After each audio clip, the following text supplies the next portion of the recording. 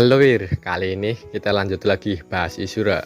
Dan di video kali ini gue bakal ambil dari light novel volume 2 chapter 12 sampai 15. Dan selalu gue ingetin, jangan lupa subscribe Wir, biar nih channel bisa sampai 1000 subscriber. Oke, makasih buat yang udah subscribe. Gak usah lama-lama, langsung aja kita ke ceritanya. Saat ini, karena penyerangan di markas persediaan di kota Togi oleh Gyasuna dan Mes Daleksil, juga persiapan mereka untuk berperang melawan Aureatia, kini kota Togi diberlakukan darurat militer. Seluruh akses keluar masuk kota tersebut diblokir oleh loyalis kerajaan lama. Di saat yang sama, sesosok dwarf dengan jubah hitam dan membawa banyak pedang di jubahnya sedang berjalan mendekati pos penjagaan kota Togi. Dia adalah Torwa yang mengerikan. Dikabarkan bahwa loyalis kerajaan lama akan berperang melawan Aureatia. Dia juga mengetahui bahwa Alus si pelari bintang berasal dari Aureatia. Torwa berpikir untuk bergabung dengan loyalis kerajaan lama supaya bisa melawan Alus dan merebut kembali pedang cahaya dari Alus yang dia curi. Belum lagi, Jenderal Gilnes juga memiliki pedang ajaib, yaitu Cari Shijuya, si pedang peledak. Saat sudah di depan pos penjagaan, Torwa dihentikan oleh prajurit yang berjaga. Dia dilarang masuk. Namun, Torwa beralasan bahwa dia ingin melamar menjadi tentara kerajaan lama. Sayangnya, prajurit itu tidak peduli dan tetap mengusir Torwa. Bahkan, saat Torwa bersikeras ingin masuk, prajurit itu masih menolak dan justru menawarkan akan membawa pandai besi kalau Torwa merasa terbebani dengan pedang yang dia bawa. Sebenarnya, Torwa bisa saja menebas prajurit ini dengan masuk ke kota. Namun, ayahnya memiliki prinsip untuk meminimalisir korban yang tidak diperlukan. Jadi, Torwa mengurungkan niatnya. Tak lama setelah itu, sebuah kereta kuda datang. Dari dalam kereta tersebut, seorang pemuda berusia sekitar 13 tahun dengan rambut berwarna abu-abu keluar dari dalam kereta. Dia bertanya, apakah ada hal yang terjadi di sini? Melihat pemuda itu, prajurit yang tadi mengusir Torwa memberi hormat dan menjelaskan situasinya. Mendengar penjelasan prajurit itu, kini pemuda itu menatap Torwa. Kemudian, hal anehnya, pemuda itu justru berkata bahwa Torwa adalah kenalannya, dan dia bilang akan merekomendasikan Torwa secara langsung ke ajudan staf di dalam kota. Mendengar hal itu, prajurit yang tadi mengusir Torwa meminta maaf dan mempersilahkan mereka memasuki kota. Setelah itu, meskipun bingung dengan situasinya sekarang, Torwa ikut pemuda itu masuk ke dalam kereta dan melewati pos penjagaan di sana. Setelah melewati pos penjagaan, Torwa bertanya ke pemuda itu tentang apa alasan dia membantunya dan siapa dirinya sebenarnya. Mendengar pertanyaan Torwa, pemuda itu menjawab bahwa dia hanyalah seorang pengunjung yang memasok amunisi ke kota Togi, tidak lebih. Dia juga tahu bahwa sosok yang dia tolong adalah Torwa yang mengerikan. Saat di kereta, pemuda itu mengobrol dengan Torwa. Dari obrolan mereka, pemuda itu tahu bahwa alasan Torwa ingin bergabung dengan tentara kerajaan lama adalah untuk melawan Alus dan mengambil kembali pedang cahaya yang Alus curi. Setelah mengetahui hal itu, pemuda itu menyarankan Torwa untuk mengurungkan niatnya. Pemuda itu menjelaskan bahwa jikalau Torwa bergabung dengan pasukan kerajaan lama, belum tentu juga dia akan melawan Alus. Belum lagi, pemuda itu juga berkata bahwa pedang peledak sudah tidak ada lagi di kota ini. Mendengar perkataan pemuda itu membuat Torwa menjadi curiga. Dia bertanya, bukannya pemuda itu adalah sekutu loyalis kerajaan lama? Lantas, mengapa dia membocorkan informasi sepenting itu soal pedang peledak? Mendengar pertanyaan Torwa, pemuda itu berkata, sama sekali tidak. Saya berbisnis dengan kerajaan lama. Saya bukan loyalis kerajaan lama. Lebih dari itu, saya ingin menjalin hubungan kerjasama dengan Anda secara individu. Torwa tambah curiga dengan pemuda di depannya. Torwa berpikir sejenak, lalu berkata, Kalau dipikir-pikir, waktu kemunculan keretamu terlalu tepat dengan pemeriksaanku. Kamu tahu aku akan muncul sejak awal. Siapa yang memberitahumu? Para bandit? Pemuda itu tersenyum dan sedikit tertawa, kemudian berkata, Anda cukup tanggap. Erijite adalah klien saya. Saya mengetahui niatnya. Dia ingin mendapatkan kembali koleksi pedang ajaib Torowa yang mengerikan. Mendengar perkataan pemuda itu, Torowa marah dan berkata dengan nada tajam, "Penggerebekan itu, apakah saranmu?" Jari-jari Torowa yang mengerikan meraih gagang pedang ajaib. Pemuda itu terus menatap Torowa dengan serius. Dia tidak menunjukkan sedikit pun rasa takut atau kegelisahan saat menghadapi Torowa. Dia berkata bahwa penjarahan pedang ajaib itu adalah keputusan Erijite sendiri. Dia juga berkata, jika Torowa memang masih hidup, mungkin Torowa akan turun gunung setelah mengorek informasi dari para bandit. Dan tujuan awal yang mungkin Torowa ambil adalah kerajaan lama di mana cari Chisuya si pedang peledak ada. Setelah mendengar alasan pemuda itu, Torowa berkata, "Jadi, menurutmu, aku akan datang mencari pedang peledak itu dan kemudian kamu melakukan kontak denganku?" Benar sekali. Aku akan memberikanmu informasi tentang pedang ajaib dan menyembunyikan keberadaanmu dari dunia. Apakah kau setuju? Saat ini, ada kekuatan yang sangat tidak dimiliki Torowa. Kekuatan itu mungkin memang sesuatu yang hanya bisa diberikan oleh anak muda ini kepadanya. Namun, instingnya berkata lain. Tidak, kamu mau mencoba memanfaatkan aku. Anak laki-laki itu tersenyum riang menerima penolakan Torowa. Kemudian dia bertanya apa yang akan Torowa lakukan setelah ini. Meskipun sangat disayangkan meninggalkan pedang peledak, Torowa berencana memancing Alus keluar, dan saat Torowa akan pergi, pemuda itu berkata, "Cari Chisuya si pedang peledak telah dicuri." "Apa?" Torowa terkejut mendengarnya. "Dicuri oleh siapa?" tanya Torowa. "Hyazuna si poros, seorang raja iblis yang memproklamirkan diri." Serangan mendadaknya terhadap markas belakang tentara kerajaan lama dan perampokan sumber daya terjadi 5 hari sebelumnya.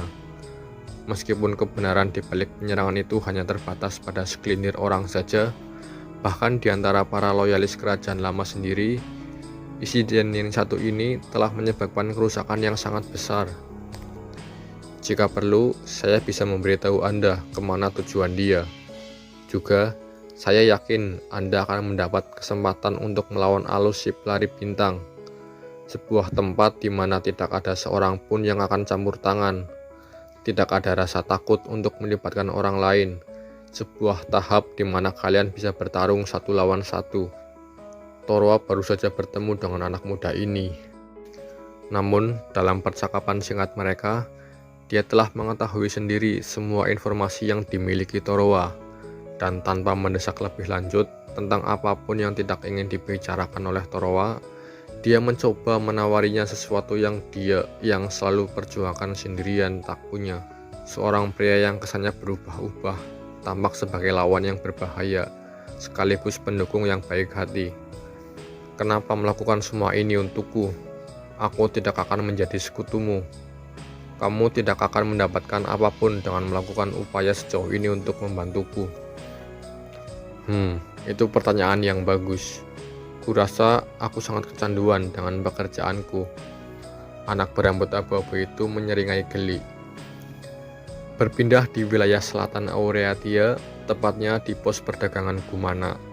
Tempat ini yang biasanya dipenuhi oleh para pedagang sekarang justru dipenuhi oleh pasukan dari Aureatia. Dengan Jenderal ke-25 Aureatia, Chayon yang bergemuruh, dan Jenderal ke-22 Aureatia, Michial si Plumset penusuk besi sebagai komandan.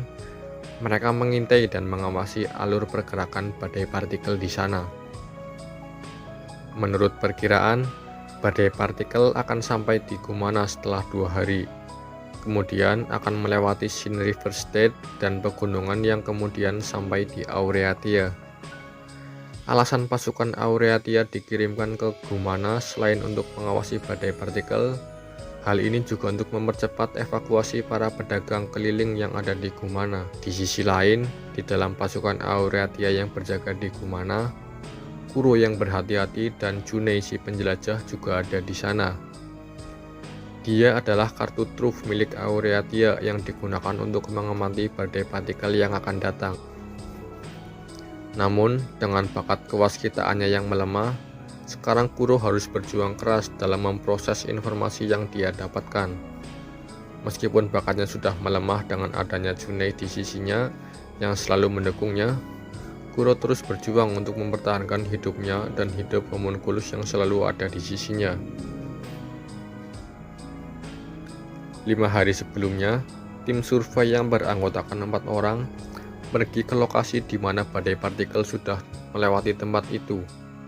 Mereka adalah unit di perbatasan Aureatia yang diperintah oleh Menteri Ketiga Aureatia, Jelegi si pena cepat, untuk mengamati jejak yang ditinggalkan badai partikel saat bergerak dari Yamagabaren. Saat mereka sampai di lokasi berlalunya badai partikel, mereka sangat terkejut. Kondisi di sana hanya berisikan gundukan dan hamparan dari partikel pasir. Bahkan sisa-sisa dari medan asli di sana sama sekali tidak ada. Saat melanjutkan survei tempatnya, salah satu orang dari mereka tergelincir dan jatuh ke lereng pasir. Di sana, dia menyadari ada bau menyengat dari partikel pasir yang ada.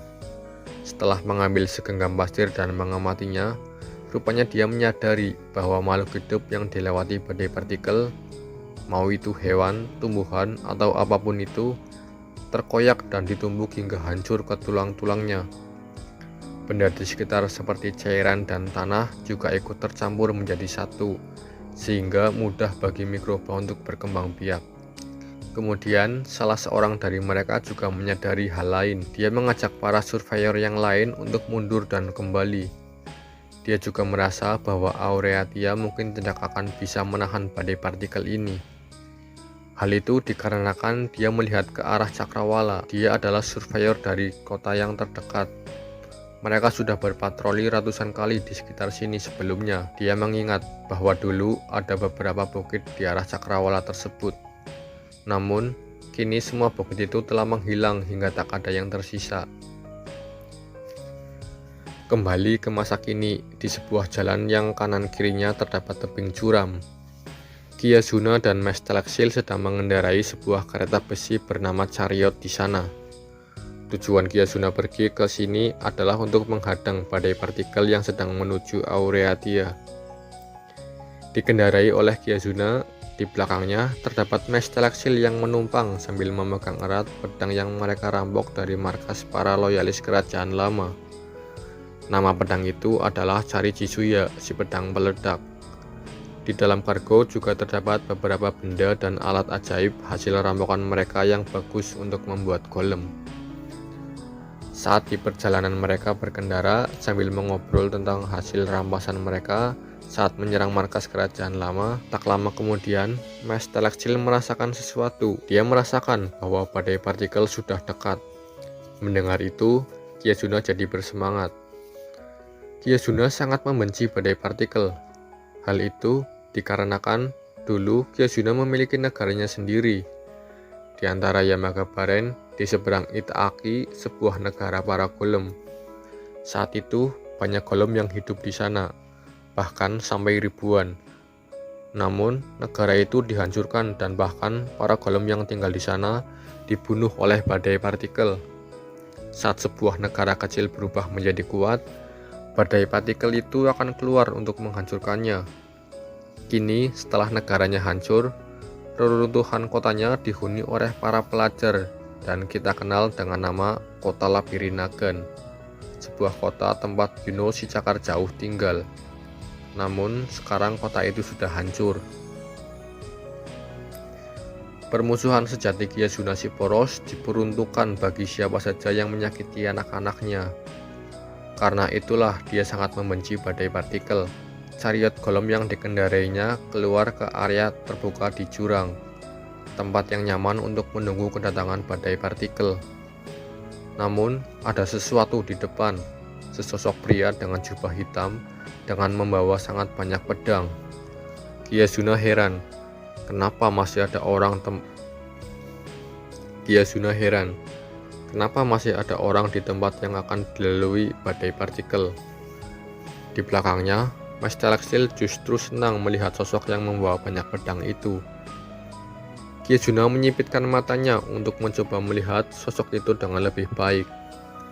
Namun secara tiba-tiba sosok itu mengayunkan pedang berbentuk sabitnya ke arah Kiasuna. Seketika kerangka besi chariot golem terjatuh ke samping. Mas Celestial langsung bereaksi terhadap tebasan mendadak itu dan melompat menjauh sambil memegangi Kiasuna dalam pelukannya. Puing-puing keenam rodanya terlempar ke udara. Terkejut dengan yang dilakukan sosok itu, Kiasuna kesal dan berteriak, "Ada apa denganmu? Apakah itu salah satu cara untuk memperkenalkan diri?" Mengabaikan perkataan Kiasuna, sosok itu berkata dengan tenang, "Serahkan pedang peledaknya." Sosok itu bertubuh kekar dengan jubah dan tudung hitam yang menutupi wajahnya. Dia membawa sejumlah pedang yang tak masuk akal. Sorot matanya seperti penjelmaan malaikat maut kepada Kiasuna dan Mas Celestial. Namun Mas Celestial yang melihat musuh kuat di depannya justru menjadi gembira. Dengan semangat yang kembali berkobar, Mas Celestial tertawa. "Hahaha, aku ingin tahu siapa kau. Kau sepertinya orang kuat. Pedang itu, betapa kerennya. Beritahu, siapa namamu?"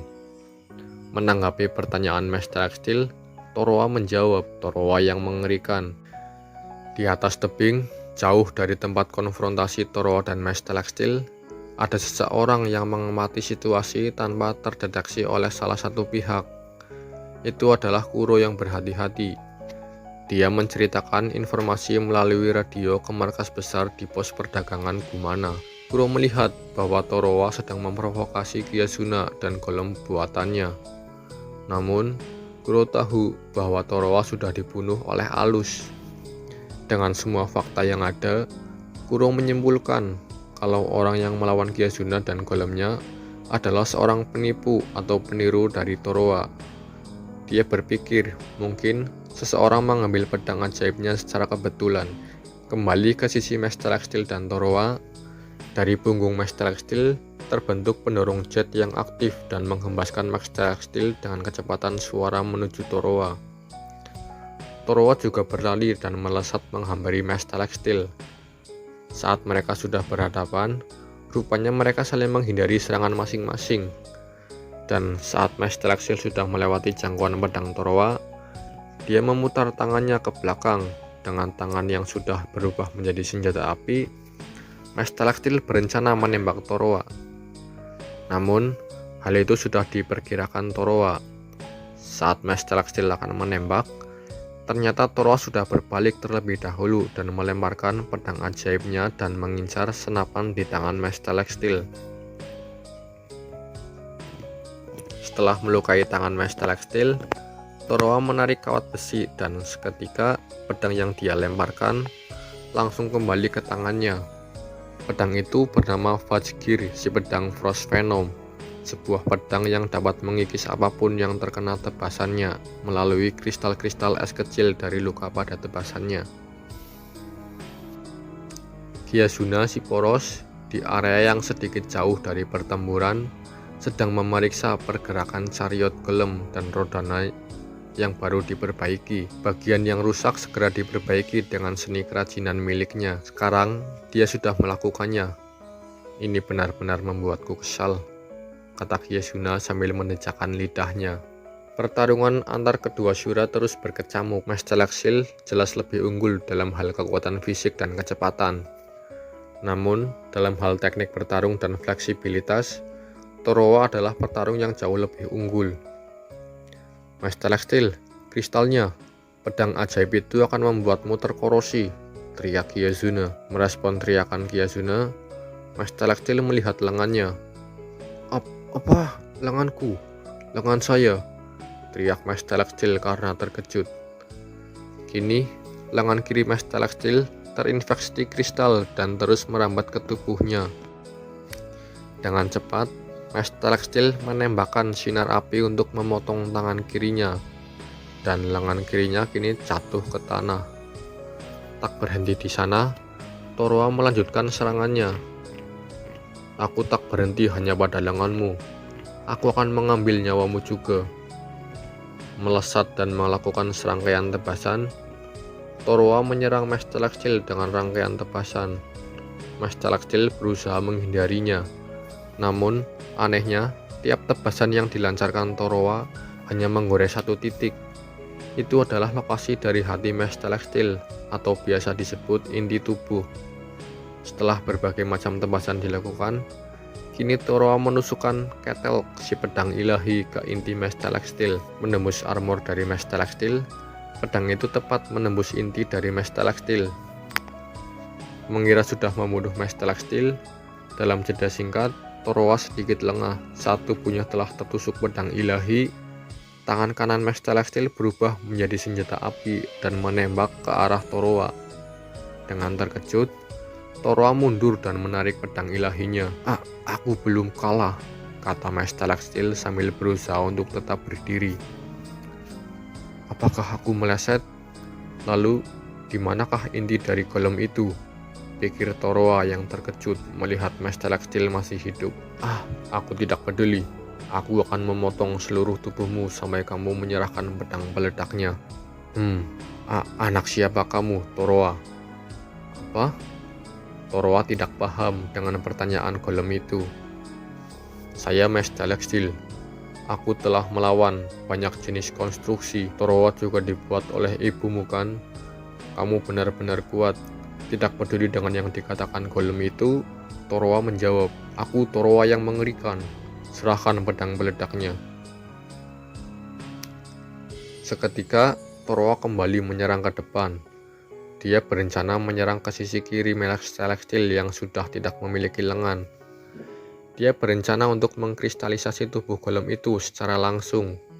Dan jika Mestelextil menjaga jarak dengan peluncur jetnya, dia berencana untuk menghancurkan keseimbangan Mestelextil dengan tusukan pedang ilahi. Namun, Mestelextil sama sekali tidak bergerak. Pedang ajaib pencegat otomatis, tombak Faima yang tergantung pada rantai di pinggangnya bereaksi. Sebuah proyektil dari bawah. Itu adalah lengan kiri Mestelextil dalam tahap kristalisasi lanjut. Dia malah mencoba menulariku, jadi dia masih bisa menggerakkan bagian tubuhnya yang terpenggal juga, pikir Toroa. Saat Toroa menghindari serangan itu, Mestelextil mengucapkan seni kerajinan dan merubah lengan kanannya menjadi senjata laras meriam. Kemudian, dia memborbardir Toroa dengan peluru. Mengantisipasi hal itu, Toroa menusukkan ketel si pedang ilahi untuk mengalihkan bidikan Mestelextil. Tak berhenti di sana, Mestelextil juga menambahkan rudal dari tubuhnya. Rudal itu memiliki kecepatan 2 kali kecepatan suara. Tak memiliki waktu untuk menghindar, Toroa mengaktifkan kemampuan Nelseu, si pedang pembakaran yang masih di dalam jubahnya. Pedang itu mengirimkan sinyal panas ke sisi tebing dan merubah jalur dari rudal Mestelextil. Hasilnya, rudal itu meledakkan tebing tersebut. Kemudian, dari sisi samping, rupanya terdapat suara tembakan senapan mesin. Banyak peluru yang mengarah ke Toroa. Asal dari tembakan itu dari Gyazuna yang berada di atas kereta chariot. Dia membawa senapan mesin di tangannya. Namun, Toroa dapat dengan mudah menepis peluru-peluru itu dengan Selvax si pedang jahat. Itu adalah pedang yang mampu memanipulasi medan magnet. Melihat pertarungan dari atas kereta chariot, Gyazuna berteriak, mencuri pedang ajaib. Hentikan tugas si bodoh itu, nak. Terutama pedang ajaibku. Dengar, kami sedang sibuk sekarang. Jika kau menginginkan kematian yang mudah, sekaranglah waktunya. Mendengar alasan dari Gyazuna, Toroa menjawab, apakah kamu datang untuk mengejar badai partikel? Siapa yang memberitahumu tujuanku berada di sini? Apakah benar-benar suatu kebetulan kita bertemu di sini? Angin semakin kencang. Sesuatu yang bertiup sedang mengarah ke sana. Itu adalah debu yang sangat banyak, membentang tinggi ke udara dan berputar-putar membuat pusaran. Ya, badai partikel sudah tiba. Ki Yasuna-Siporos memusatkan pandangannya pada musuh yang ditakdirkannya. Akhirnya muncul badai partikel. Sudah 18 tahun. Ya, ada orang-orang yang mengenalku, bahkan di sini, di dunia luar. Kalau begitu, bersukacitalah. Tak terlihat di tengah tirai debu dan pasir yang mengerikan, makhluk itu, entah dewa maupun badai, memastikan suaranya didengar. Hari penghakimanku juga telah tiba untukmu.